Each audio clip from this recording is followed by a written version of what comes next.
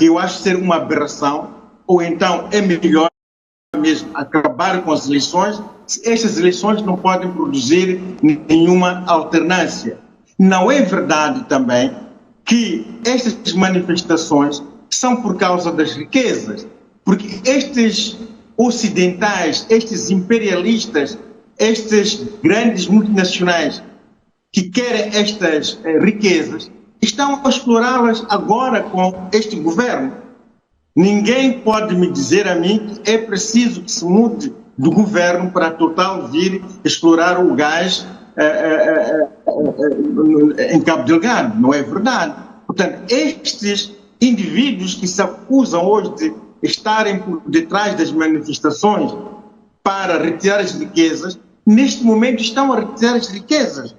Por que é que vamos cegar as pessoas? Este discurso é populista e de fato, como dizia Borges, não me parece que alguém que foi ministro dos negócios estrangeiros, que conhece os meandros da economia internacional, os meandros da geopolítica e geoestratégia, possa vir lançar-nos esse gás lacrimogéneo.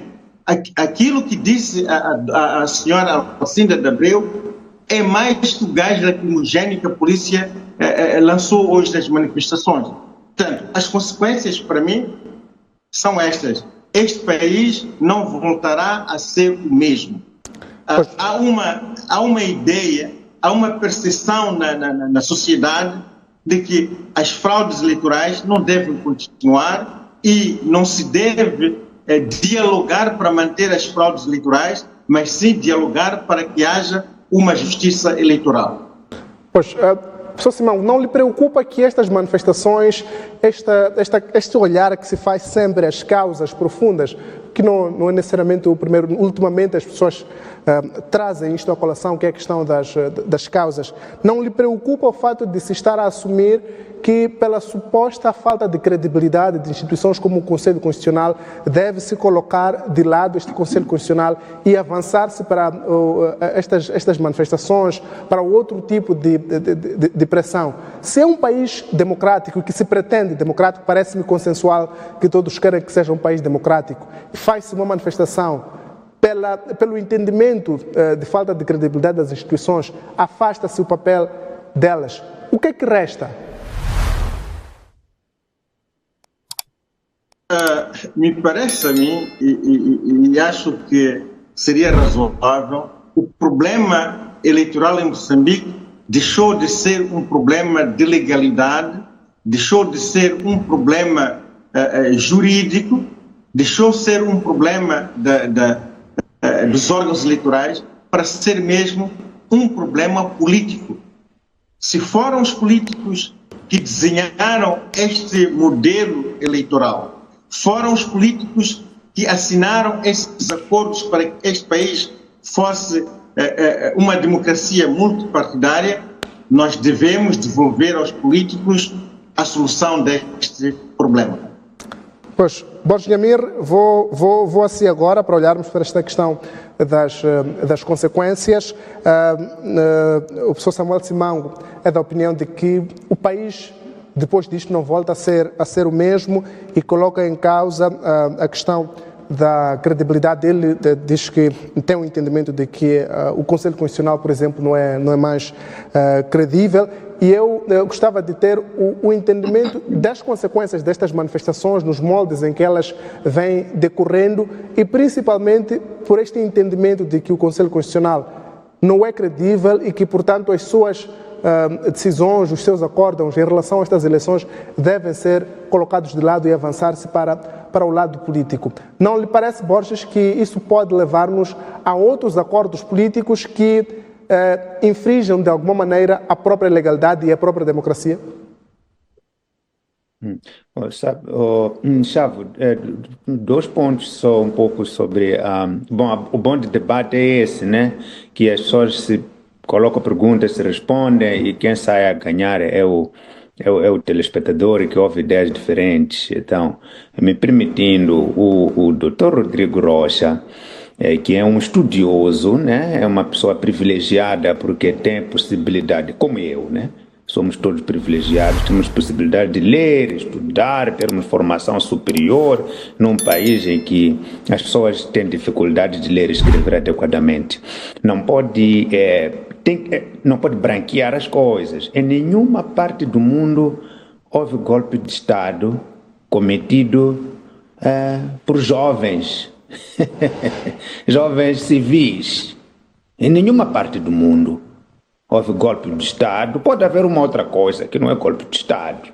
Golpe de Estado cometido por jovens de chinelos, descamisados, porque dá uma entrevista na Júlio Nyerere a dizer que quer conversar com o presidente da República. Não há, doutor Rodrigo Rocha. Então nós temos essa obrigação didática de dizer às pessoas que pode haver revolta popular, pode haver revoluções populares, pode haver aquela que se chama tecnicamente como revoluções coloridas, porque são revoluções feitas pelas massas, usando várias cores, como se for a olhar aqueles jovens, têm roupas de várias cores, fica colorido. Aconteceu em muitos países da Europa do Leste, mas não é golpe de Estado. Golpe de Estado é, num momento curto de tempo, tomar-se o poder e normalmente envolvendo elites políticas e forças militares. Então, há um conjunto de requisitos, doutor Rodrigo Rocha, como, por exemplo, o doutor é advogado. Então, tem elementos para se dizer que esse é um tipo legal de crime, para dizer que está preenchido. Então, o golpe de Estado também exige um conjunto de elementos para estar preenchido. Não é uma questão de lei, mas é uma questão política, mas é elementos. Então, elementos essenciais. Quem dirige o golpe de Estado tem que ser elites. Ok? Primeiro. Ponto. As pessoas que dirigem o golpe de Estado têm que ser pessoas da elite. Segundo, tem que envolver o uso da força militar para depor a quem está a dirigir. E tem que acontecer num curto espaço de tempo. Agora, jovem descamisado a sair de Plana Caniço, Machaquene, Namicopo, Munhava, eu vou conversar com o pai na Ponta Vermelha. Não é golpe de Estado, doutor, por favor. Então, isso temos que fazer por uma questão de responsabilidade. Dito isto, sobre o futuro, eu penso que o futuro continua a ser incerto. As manifestações, infelizmente, não terminaram. Eu ouvi, não terminaram porque as causas não terminaram, mas também ouvi o Venâncio Mondlane numa live este final do dia a dizer que matem os que quiserem matar, mas nós vamos continuar com esta luta. Então não terminaram. Então, eu tenho dificuldade de prever o futuro. Mas a médio prazo, eu penso que estas manifestações são determinantes para o futuro de Moçambique. Nos últimos 10 anos, houve um esforço, talvez mais visível nos últimos 5, de se instalar um regime autoritário em Moçambique. O regime autoritário é aquele que o poder político manda e prevalece sobre todos os outros poderes. Portanto, sobrepor sobre o poder judicial, sobrepor sobre o poder parlamentar. Neste momento o parlamento não é tido nem achado, quem manda é o chefe do Estado, poder político. O poder judicial não tem capacidade de controlar o poder político, porque sabe, é uma democracia, existe uma coisa chamada check and balances. Eu não quero complicar a vida das pessoas. Significa que o poder parlamentar tem que ter a capacidade de travar excessos do poder executivo. O poder judicial também tem que ter capacidade de travar excesso do poder executivo. Por exemplo, nós vimos desde que começou essa manifestação, o governo a disparar granadas de gás lacrimogêneo para dentro de residências de pessoas. Em uma democracia normal, quando a polícia dispara granadas de gás lacrimogêneo para dentro de residências de pessoas, vocês meteram essa reportagem. Uma família que diz que foram disparar granadas de gás lacrimogêneo dentro da sua casa. Numa democracia, o poder judicial ou o poder parlamentar vem travar esse tipo de condutas. Então, em Moçambique, você não tem isso. Então, essa é uma das características essenciais de um regime autoritário, onde a autoridade de quem exerce o poder executivo sobrepõe sobre todos os outros sem ser questionado. Então, essas manifestações aqui, eu penso que vão nos levar a uma situação de, conforme como vão terminar, ou nós vamos ser dominados altamente, como sociedade, por um regime autoritário, ou então vai se resgatar o respeito às liberdades. Me preocupa que o parlamento não tenho ainda falado sobre todas as coisas. O Parlamento tem um papel importante de monitorar a governação. Então mata-se jovens, dispara-se granadas de gás lacrimogéneo, com evidência de que algumas até estão fora de prazo, com efeitos nefastos para a saúde pública. E o Parlamento não é tido nem achado. O setor, o aparelho judicial todo, Ministério Público, que é garante da legalidade, não diz nada, só faz comunicadozinhos politizados a condenar candidatos da oposição, mas não consegue dizer nada sobre uso de balas reais, balas verdadeiras para disparar contra jovens. Então, essas manifestações, Chavo, dependendo de como vão terminar, se o poder do Estado atual vencer, as liberdades, bye-bye. Estamos a caminhar para uma situação de ruandização, de ugandização, regimes onde os líderes não respeitam absolutamente nada os direitos civis. Agora, se os jovens que estão a lutar conseguir levar a negociações e ser respeitados, tem que se fazer todo um conjunto de reformas da legislação para que os dirigentes políticos sejam travados, as ações dos políticos devem ser travadas. A última coisa que eu queria dizer, eu não vou dizer que estou feliz, mas estou confortável em que o porta-voz ou responsável do Ministério da Defesa que falou hoje não tenha mencionado essa coisa de golpe de Estado, senão aí seria catastrófico. Então eu neste momento estou a fazer downgrade, estou a desvalorizar a declaração da senhora Alcinda Abreu de golpe de Estado. É uma declaração política, sem nenhum fundamento e que não merece ser levada a sério.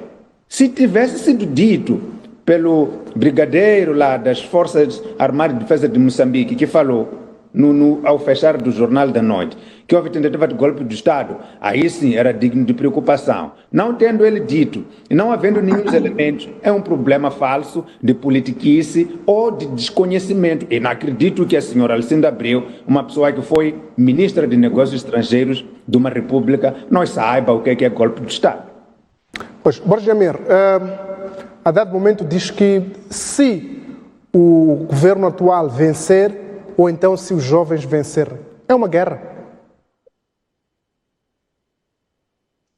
Sim, é uma luta violenta, com dois grupos bem identificados. É um grupo que é o líder da oposição. Vanessa Moicano é o líder da oposição real, neste momento. É ele que faz a oposição ao poder político. Então, o líder da oposição a liderar um grupo de seus apoiantes, naturalmente, que são muitos, para se opor ao poder político instituído. Está ali essa luta, está lá, não podemos, está ali o líder da oposição, é só obedecer a ele. Então, ele diz, ok, vamos começar 7 dias, as pessoas vão. Diz, agora vamos parar, descansar 2 dias, as pessoas descansam. Vamos retomar, as pessoas retomam. Um lado. Do outro lado, tem o governo, com todos os seus elementos, como visto o presidente Nyusi, o ministro da Defesa e todos os outros representantes do governo que vieram falar do outro lado. Então, sim, é uma luta. E nesta luta que opõe a oposição contra o poder político estabelecido, o governo neste caso, se o governo vencer fisicamente, vai ter grandes efeitos em termos de redução cada vez mais das liberdades. E isto é verdadeiro. Com os 95 deputados, 195 deputados que tem, o governo pode alterar tudo o que quiser, pode mudar tudo, pode eliminar as manifestações. Aliás, isso ajuda a responder o doutor Rodrigo, a quem eu espero um dia tomarmos café para lhe explicar algumas coisas que talvez não consigamos falar aqui. Olha, se as pessoas não pedem para fazer-se reformas nas leis democráticas, liberais, como lei da associação, lei de imprensa, é porque tem medo de que a legislação que for a sair de um parlamento muito mais radical agora, muito mais autoritário, vai ser pior do que nós temos.